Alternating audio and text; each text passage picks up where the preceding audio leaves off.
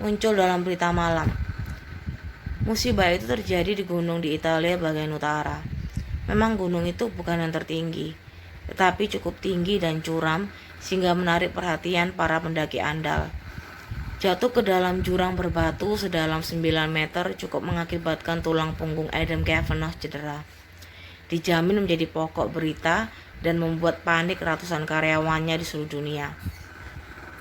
Ted Randolph tidak panik, tetapi laporan berita itu tak urung membuatnya terenyak. Ia berhenti memperbaiki trafo putranya dan menyuruh diam kedua anaknya, Matt dan Megan. Tangannya terulur ke tombol volume TV portable di meja dapur dan memperbesar suaranya. Satu-satunya yang selamat. Dia baru saja diterbangkan ke sini ke Roma dengan harapan seberapa besar parah cederanya akan diketahui malam ini. Anggota lain rombongan ekspedisi pendakian gunung itu adalah pembalap mobil Prancis Pierre Gaultier dan tokoh terkemuka perbankan Inggris Alexander Harrington. Kedua orang itu dilaporkan tewas di tempat. Mr. Cavanagh, orang kaya yang terkenal di seluruh dunia, adalah pemilik jaringan Hotel Cavanagh. Hei, ini tempat Mom bekerja, kata Matt. Yang sedang dibicarakan Adam yang kita kenal itu? Tanya Megan. Ya, saut Ted muram. Shh. Laporan itu disiarkan langsung dari Roma. Pembawa acara di New York bertanya pada reporter lapangan, apakah para dokter benar-benar berspekulasi mengenai kondisi Mr. Cavanagh? Tidak, para pejabat rumah sakit menolak memberikan informasi sampai Mr. Cavanagh sudah menjalani pemeriksaan secara sesama dan kondisinya diketahui secara pasti. Kami semua diberitahu saat ini bahwa dia mengalami cedera tulang punggung dan tampaknya serius. Apakah dia masih sadar ketika datang?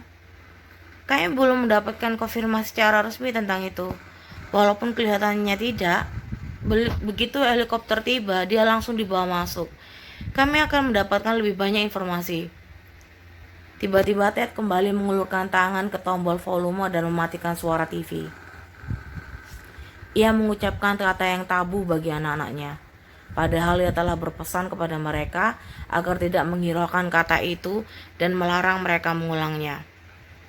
Mereka tidak pernah mengulang kata itu karena takut dihukum. Rasanya tidak adil karena ibu mereka tidak pernah menghukum Ted karena mengucapkannya. Tapi mereka tidak dapat mengabaikan kata itu, apalagi ketika ayah mereka nyaris mendesiskannya. Sialan. Siapa? Elizabeth Randolph memasuki dapur lewat pintu belakang serta menjatuhkan tas kerja dan tas tangannya ke atas meja. Mereka bertiga langsung menoleh. Mom, tebak siapa orang yang sedang dibicarakan di TV? Matt, Megan, kalian ke sana, kata Ted cepat-cepat. Disuruhnya kedua anak itu menyingkir dengan mengarahkan lengannya ke ruang tengah. Tapi Dad, keluar, biar Dad bicara pada Mom berdua. Tapi Mom, bantahan-bantahan mereka segera berhenti begitu Alice Ted membentuk V runcing. Maksudnya ada urusan. Sejak Ted Randolph menikah dengan Elizabeth Burke, kedua anak Elizabeth memuja dan menghormati Ted. Ted menyesuaikan diri dengan kenakalan kedua anak itu dan mereka menyesuaikan diri dengan suasana hati Ted. Kedua anak itu dan Ted saling menyayangi. Anak-anak itu sudah siap diadopsi Ted. Tetapi sekarang Ted memasang muka tidak main-main, yang berarti bantahan tak akan hanya sia-sia, namun juga tidak pantas. Mereka buru-buru keluar. Ted, ada apa? Ted menghampiri Elizabeth dan meletakkan kedua tangannya di bahu istrinya. Aku tak ingin kau jadi bingung. Mukamu saja sudah membuatku bingung. Apa yang terjadi? Ada apa? Apa yang telah terjadi?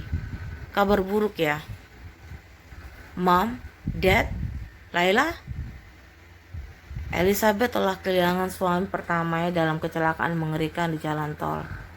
Ia tahu seperti apa rasanya menerima kabar buruk yang tidak diharapkan. Perutnya kembali terasa tidak karuan, sama seperti ketika pagi itu yang membukakan pintu untuk dua polisi yang memegang topi mereka dan memasang muka iba. Dengan ketakutan dia mencengkram ke meja Ted. Katakan. Adam. Adam? Elizabeth membasahi bibirnya sekilas. Wajahnya memucat. Elizabeth sendiri mempunyai hubungan dengan Adam Cavanaugh.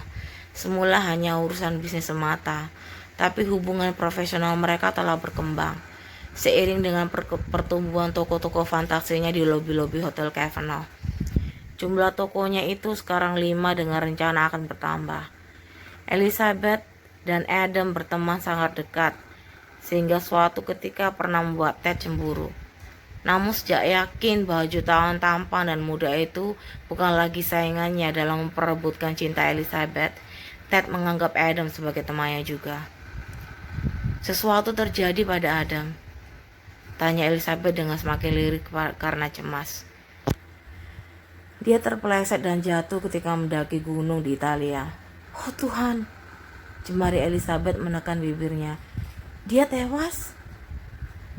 Tidak, tapi cedera berat. Dia sudah dibawa ke Roma. Cedera berat bagaimana? Belum jelas seberapa parah. Ted mendesah pasrah. Cedera tulang punggung. Air mata Elizabeth menggenang. Apakah saraf tulang punggungnya cedera? Aku tak tahu. Melihat Elizabeth ragu, Ted mempertegas. Sumpah aku tak tahu. Laporan itu kurang lengkap.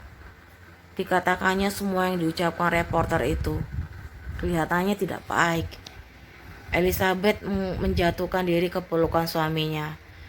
Ted memeluknya erat. Adam sudah menunggu-nunggu perjalanan ini, kata Elizabeth ke dada suaminya. Ketika dia bilang akan memanjat gunung, ku katakan menurutku dia gila. Mempertaruhkan nyawa untuk olahraga konyol. Ia menangis terseduh-seduh. Tapi aku cuma bercanda. Tiba-tiba ia mengangkat kepalanya. 2 temannya pergi dengannya. Bagaimana dengan mereka? Ted menyusupkan jemarinya ke dalam rambut istrinya dan menarik kepalanya kembali ke dadanya. Ted menekan lembut kulit kepala Elizabeth. Mereka tewas dalam kecelakaan itu, Elizabeth. Orang Elizabeth, kasihan sekali Adam. Menurut laporan itu, salah satu dari mereka terperosok ke dalam retakan es yang dalam dan menarik yang lainnya. Mengingat watak Adam, entah itu salahnya atau bukan, dia akan mengambil tanggung jawab sepenuhnya. Sejenak kemudian Elizabeth mendorong dirinya menjauh dan mendongak menatap Ted. Apa yang sebaiknya kita lakukan? Tak ada apapun yang bisa kita lakukan saat ini. Aku harus melakukan sesuatu, Ted. Kau harus memikirkan dirimu sendiri dan bayi ini. Ted memegang perut bawah Elizabeth yang membulat kencang. Kehamilan Elizabeth yang sudah memasuki bulan ke-7. Adam tak ingin kau membahayakan anak baptisnya. Aku bisa minta Mrs. Andler untuk menemani anak-anak. Malam ini kita bisa mendapatkan penerbangan dari Chicago ke Roma. Tidak, kata Ted menggeleng tegas. Kau tak akan terbang ke Roma. Aku tak akan bisa duduk di sini saja dan diam saja. Kalau Elizabeth frustasi. Akan banyak hal yang harus kau kerjakan beberapa hari lagi. Akan ada 1001 detail yang harus diurus. Semuanya akan dalam keadaan kacau sampai prognosis Adam dikeluarkan secara resmi. Dia akan tergantung pada kepala dinginmu dalam krisis seperti ini. Kau jauh lebih berguna baginya di sini. Menerima telepon. Tahanlah rasa ingin tahumu. Daripada kau mundar-mandir di koridor rumah sakit Roma, mencemaskan sesuatu yang tak bisa kau kendalikan dan membuat dirimu sendiri capek. Elizabeth menyerah dengan kesal. Kukira kau benar. Aku tahu kau benar. Tapi rasanya aku sangat tak berguna. Ted tidak mengatakan begitu, tapi ia sedang memikirkan betapa Adam berasa jauh lebih tak berguna begitu kesadarannya pulih. Semoga Tuhan menghindarkannya dari ini dan menyadari bahwa dia menderita cedera tulang punggung yang akan semakin memperlemah tubuhnya. Bajingan malang. gumamnya agar Elizabeth tidak mendengarnya, sambil menarik kembali istrinya ke dalam pelukannya yang menenteramkan.